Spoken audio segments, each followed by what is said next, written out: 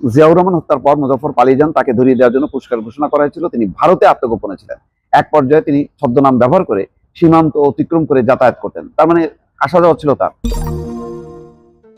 এটা সত্যি আসলে অবাক করার কথা যে মেজর অবসরপ্রাপ্ত মুজাফফর হোসেন রাজধানীর বনানী থেকে আটক হয়েছে। দীর্ঘদিন তিনি ভারতে পালাইছেন এবং এখন শহীদ প্রেসিডেন্ট জিয়াউর রহমান কোন ইস্যু না। কিন্তু দেখেন, আমাদের যদি আইন শৃঙ্খলা রক্ষাকারী কর্তৃপক্ষ তারা যদি সচেতন থাকে এবং তারা যদি মানে ধারাবাহিকভাবে যারা অপরাধ করে পালা গেছে এটা যদি ফলো আপে রাখে, তাহলে যে মানে অপরাধী পার পায় না তার বড় প্রমাণ হচ্ছে এই আটক মুজাফফর হোসেন, যার বয়স এখন ৭৭। তিনি মেজর ছিলেন এবং তিনি সরাসরি গুলি চালিয়েছেন বলে অভিযোগ।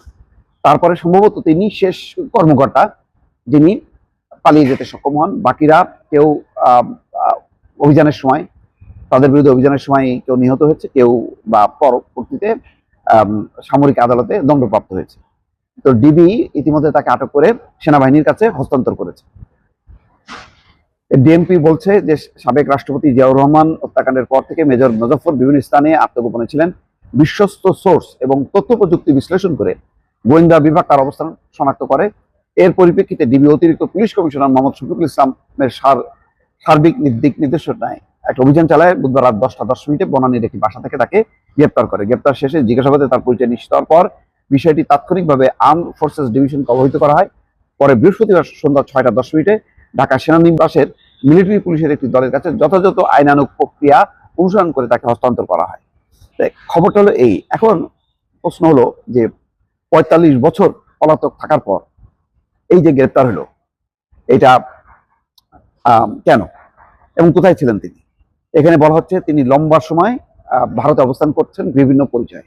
ভারতে আসলে বিভিন্ন পরিচয়ে অবস্থান করা, পলায় থাকা খুব কঠিন। এগুলি যারাই করে সব ভারতের নজরদারির মধ্যে থাকে।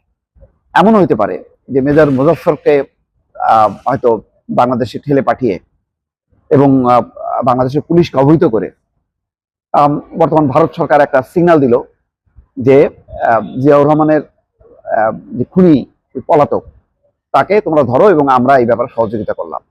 এটা হয়তো একটা বন্ধুত্বের নিদর্শন হইতে পারে, যে সরকার যাতে মনে করে যে না, ভারত তাদের বন্ধু।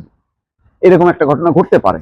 নতুবা এতদিন পর বাংলাদেশের এমন কোন কর্তৃপক্ষ কি আছে যারা এই পুরনো অনেক এই ধরনের ঘটনাগুলি নিয়ে অনুসন্ধান করে বা সে লেগে থাকে? তেমন তো না। তাহলে এই যে তথ্যটা দিল, কে তথ্য দিল? হইতে পারে তার স্বজনদের মধ্যে কেউ, এইটা একটা হইতে পারে আভ্যন্তরীণ ভাবে। এটার সম্ভাবনা খুব কম, কারণ তিনি হয়তো বেশ কিছুদিন থেকে তিনি এখানে ছিলেন। এখানে বলা হচ্ছে যে জিয়াউর রহমান হত্যার পর মুজাফফর পালিয়ে যান। তাকে ধরিয়ে দেওয়ার জন্য পুরস্কার ঘোষণা করা হয়েছিল। তিনি ভারতে আত্মগোপনে ছিলেন। এক পর্যায়ে তিনি ছদ্মনাম ব্যবহার করে সীমান্ত অতিক্রম করে যাতায়াত করতেন। তার মানে আসা যাওয়া ছিল তার অন্য পরিচয়। চট্টগ্রামের 24 পদাতিক ডিভিশনের তৎকালীন জিওসি মেজর আব্দুল মঞ্জুর সহ গ্রেপ্তার করা হয়। মেজর জেনারেল মঞ্জুর, পরবর্তীতে মঞ্জুর নিহত হয়। বিদ্রোহে জড়িত থাকার অভিযোগে সামরিক আদালতে সেনা কর্মকর্তাদের বিচার হয়। 13 জন সেনা কর্মকর্তার ফাঁসি কার্যকর হয়, অন্যদের বিভিন্ন মেয়াদে দণ্ড হয়। এখন এইটা একটা রহস্যের মধ্যে থেকে গেল। বাংলাদেশের আইন শৃঙ্খলা কর্তৃপক্ষ তার নিজস্ব অনুসন্ধান দিয়ে মানে ৪৫ বছর ধরে, যেহেতু তাদের মধ্যে অনেক কর্মকর্তা নেই, তারপরে রাজনৈতিক পট পরিবর্তন হয়েছে, এটার দুইটার কারণের একটা হলো যে একদম আপন জনদের মধ্যে কেউ হয়তো সম্পত্তির ভাগ বাটোয়ারা এই সমস্ত ক্ষোভে বিক্ষোভে হয়তো তার পরিচয়টা আইন শৃঙ্খলা রক্ষাকারী বাহিনীর কাছে প্রকাশ করেছে।